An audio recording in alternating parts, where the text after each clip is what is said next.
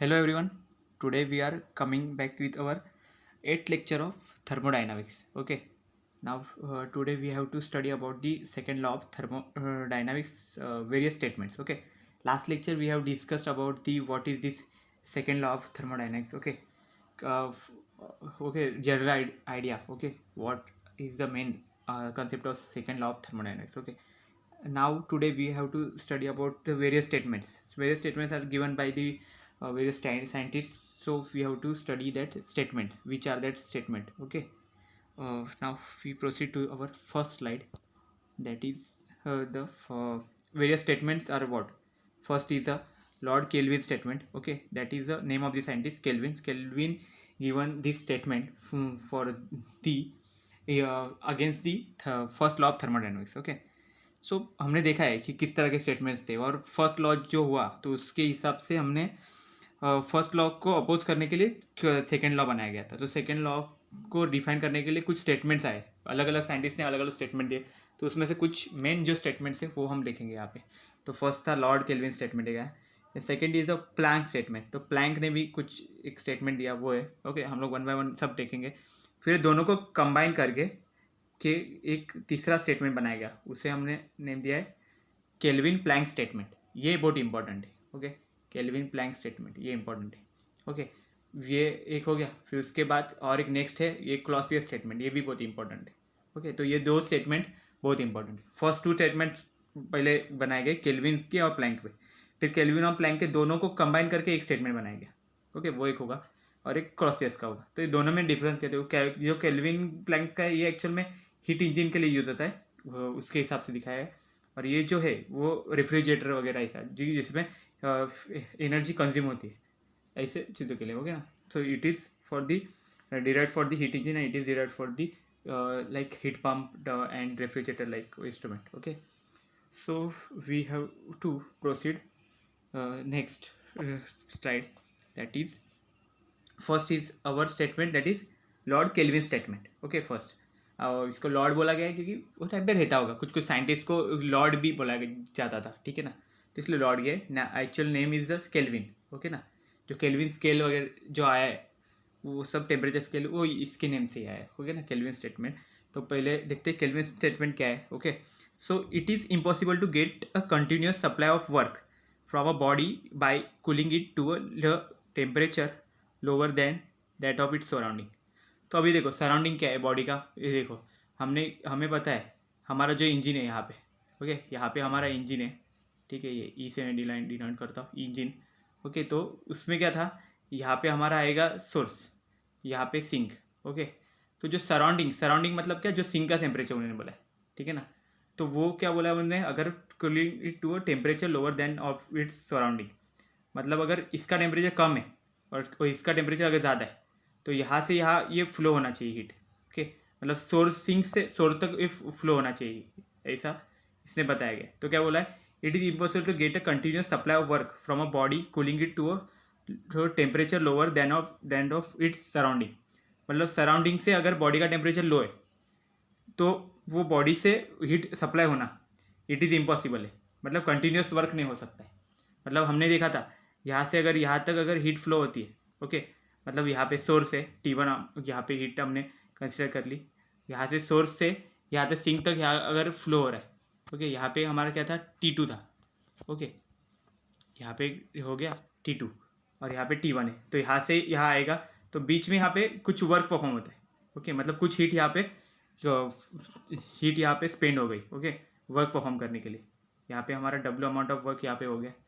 तो वही बोला है कि it is impossible to get continuous supply of work from a body cooling it to a temperature lower than that of surrounding. मतलब जो surrounding का टेम्परेचर है, जो बाहर का टेम्परेचर है, हमें पता है। देखो, अगर कोई भी हम लोग पार्ट कंसिडर कर ले किसी भी बॉडी का, तो उसको हम बोलेंगे सिस्टम। ओके ना, इस पार्ट को हम लोग सिस्टम बोलेंगे, पूरा जो पूरी बॉडी है इसको हम लोग सिस्टम बोल देंगे, ठीक है।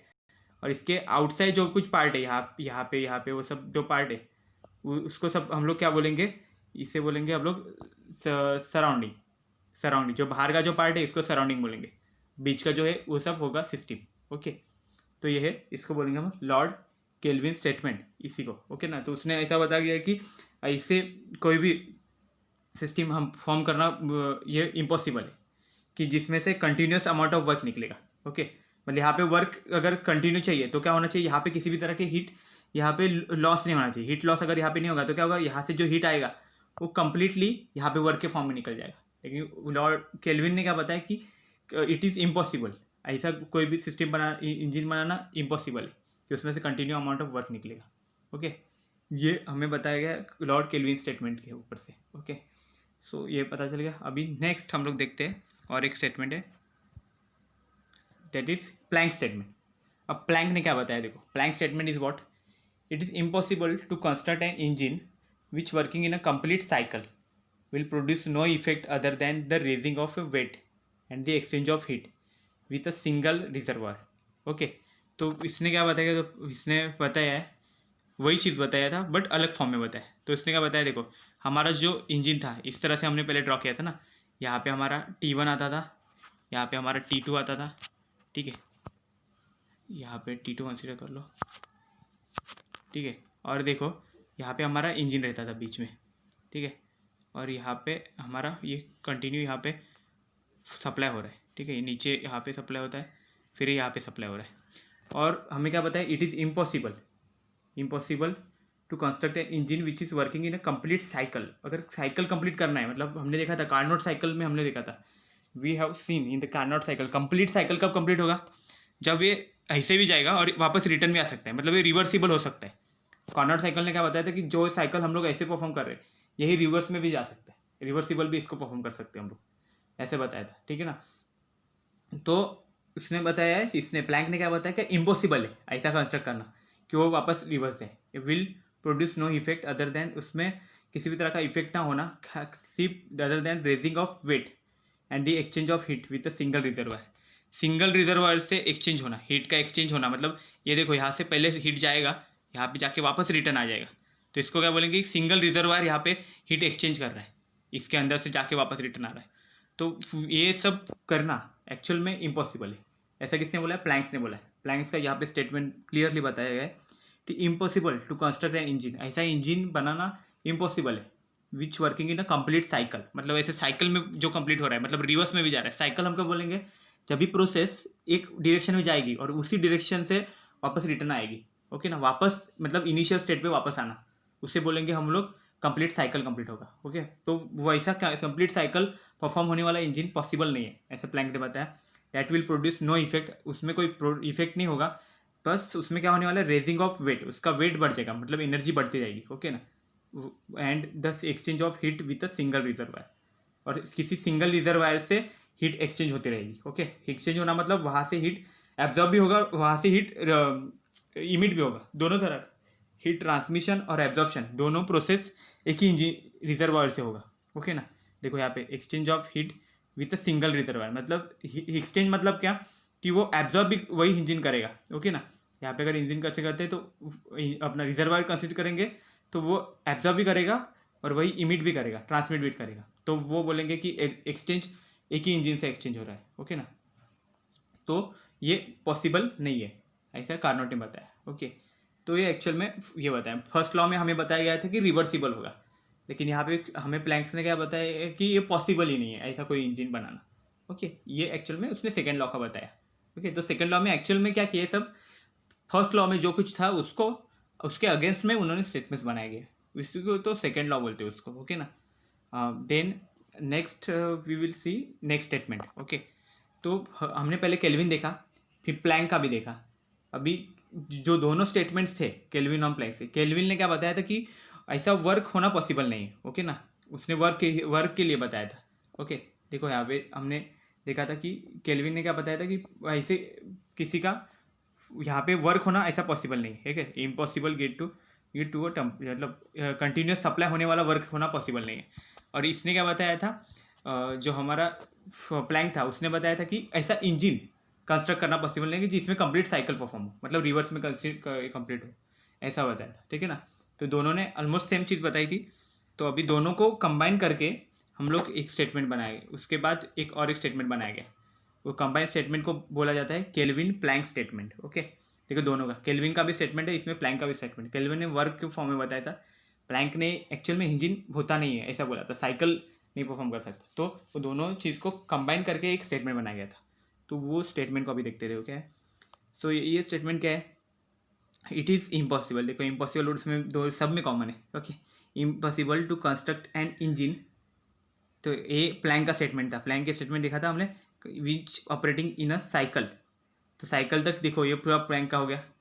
Has the sole effect of extracting heat from the reservoir and performing, तो ये देखो यहाँ पे performing an equivalent amount of work, ये चीज़ जो लास्ट का चीज़ है ये एक्चुअल में केल्विन का स्टेटमेंट है। तो दोनों को कंबाइन करके उन्होंने केल्विन एंड प्लैंक स्टेटमेंट बना दिया, दोनों को कंबाइन करके एक अच्छा सा स्टेटमेंट, ओके।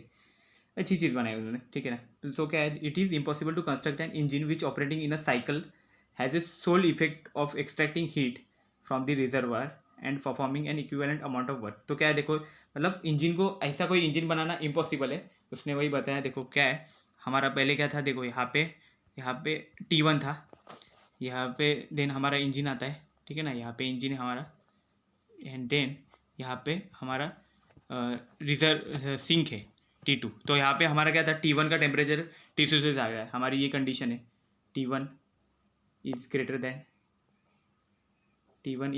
देन T2, ये हमारी कंडीशन भी है, ठीक है ना। मतलब हमारे सोर्स का टेम्परेचर ज़्यादा होगा सिंक का, तो ये देखो क्या होगा, तो यहाँ से हीट एब्जॉर्व कर लेगा, फिर यहाँ से हीट बाद में यहाँ पे वर्क परफॉर्म होगा कुछ ना कुछ, ठीक है ना। वर्क कैसे रिप्रेजेंट करते हैं यहाँ पे, ठीक है ना, हम लोग यहाँ पे सप्लाई हो रहा है। तो इसने क्या बताया था कि यहाँ पे ऐसा कोई नहीं है जो कंटिन्यूस साइकिल परफॉर्म करे, ओके। तो यहाँ पे देखो उसने क्या बताया, अगर साइकिल परफॉर्म करना है तो यहाँ पे किसी भी तरह का हीट यहाँ पे रिजेक्ट होना ही नहीं चाहिए, ओके।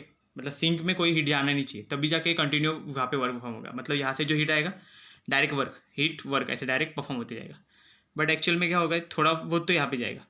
तो एल्विन ने एक्चुअल में वही बताया कि 100% work it's not possible, okay.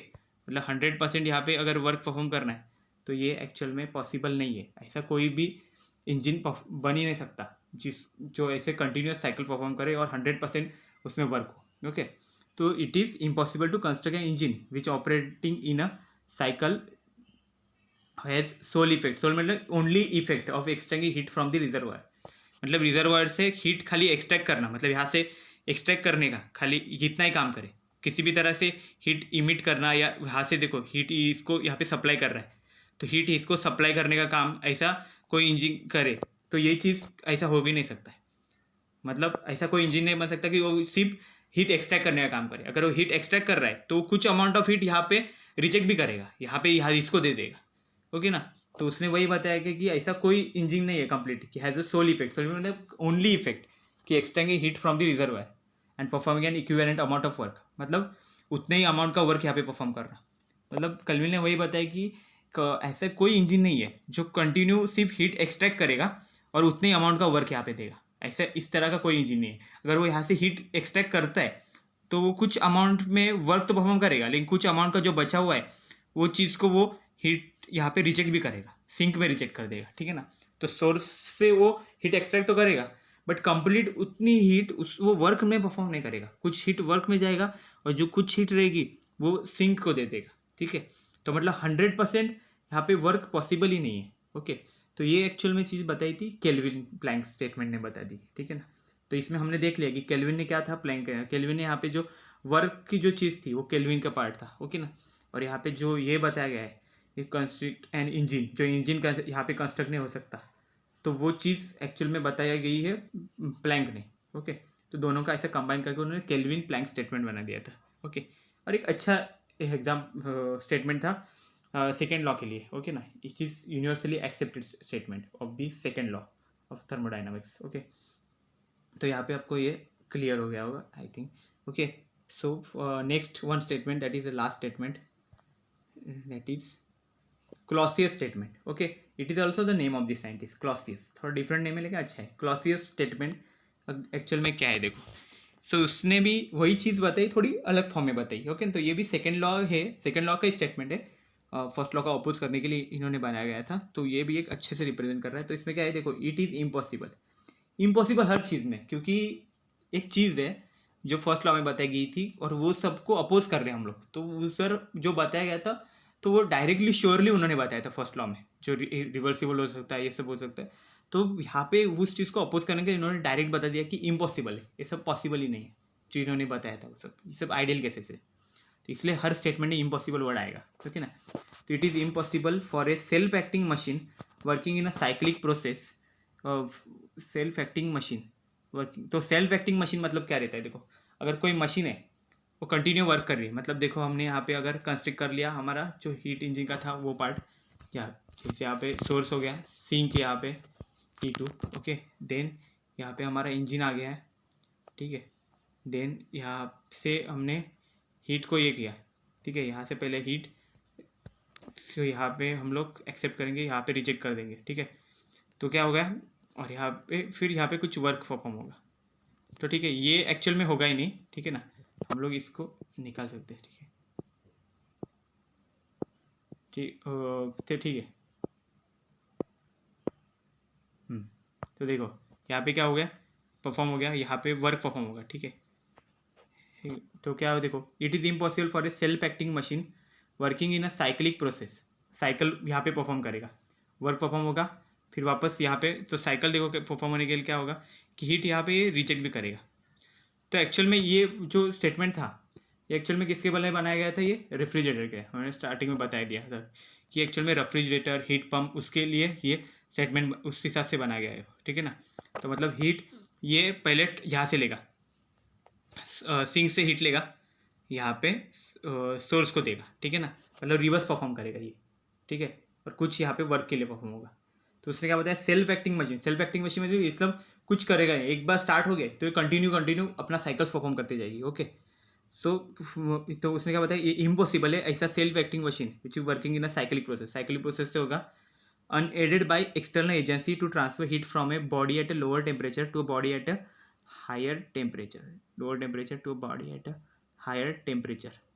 तो इसमें क्या बताएगा, तो बॉडी एट हाई, अभी हमारा तो पहले से कंडीशन फिक्स है, T1 हमारा है, जो T1 है वो क्या है हमारा, इट इज़ ले okay, T1 is greater than, यहाँ पे लिख देता हूँ, ठीक है ना, T1 is greater than T2, ठीक है, ये हमारा कंडीशन है, ठीक है। तो यहाँ पे परफॉर्म करने के लिए क्या है, तो इसका सोर्स का टेम्परेचर ज़्यादा रहेगा, सिंक का कम रहेगा। तो इसमें क्या बताया गया कि अगर कोई भी सेल्फ एक्टिंग ऐसा है, पॉसिबल ही नहीं है कि जिसमें किसी भी तरह का हम लोग एक्सटर्नल एजेंसी, यहाँ पे मतलब एक्सटर्नल एजेंसी में किसी तरह की हम लोग उसको फोर्स परफॉर्म नहीं, उसको अप्लाई नहीं करेंगे, किसी भी तरह का फोर्स नहीं देंगे, कुछ उसे मशीनरी अगर हम लोग अटैच नहीं करते, तो ये पॉसिबल ही नहीं है कि टू ट्रांसफ़र हीट, कि मतलब यहाँ से हीट ट्रांसफ़र करना lower temperature to higher temperature, heat transfer करना पॉसिबल ही नहीं है।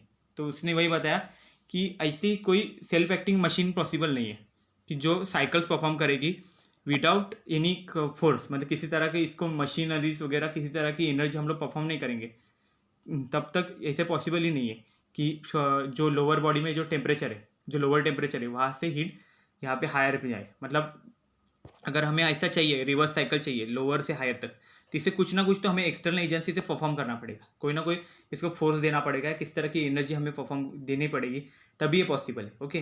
तो इसने क्लॉसियस ने क्या बताया कि इट इज़ इम्पॉसिबल, मतलब ये इस तरह से चीज़ कोई बनानी इम्पॉसिबल है कि जहाँ से हीट लोअर बॉडी से हायर बॉडी तक जाएगी विदाउट एनी लोअर टेम्परेचर, मतलब लोअर टेम्परेचर जो बॉडी है उधर से हीट हायर टेम्परेचर पे जाना without any external force, external effect, okay. कोई कुछ इफेक्ट के बिना यहाँ पे डायरेक्ट जाना ये पॉसिबल ही नहीं है।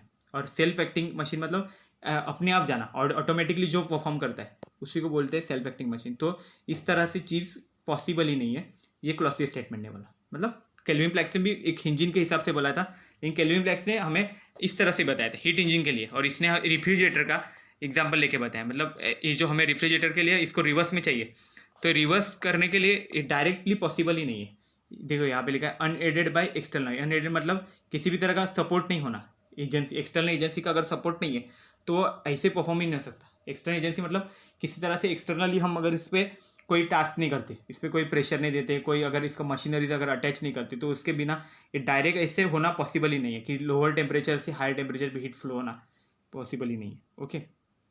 क्योंकि हीट का फ्लो हायर टू लोअर ही होता है, ओके। तो ये सेकंड लॉ में क्लॉसियस स्टेटमेंट ने हमें बताया, ओके ना। सो देखो क्या है, so heat cannot flow of itself from a colder body to hotter body. तो वही चीज़ बताई कि so heat cannot flow of itself from colder body to hotter body. मतलब कोल्डर बॉडी है जिसका टेम्परेचर कम है, वहाँ से जो हॉटर बॉडी है जिससे टेम्परेचर ज़्यादा है, वहाँ पे हीट डायरेक्टली ट्रांसफ़र नहीं हो सकती, ओके।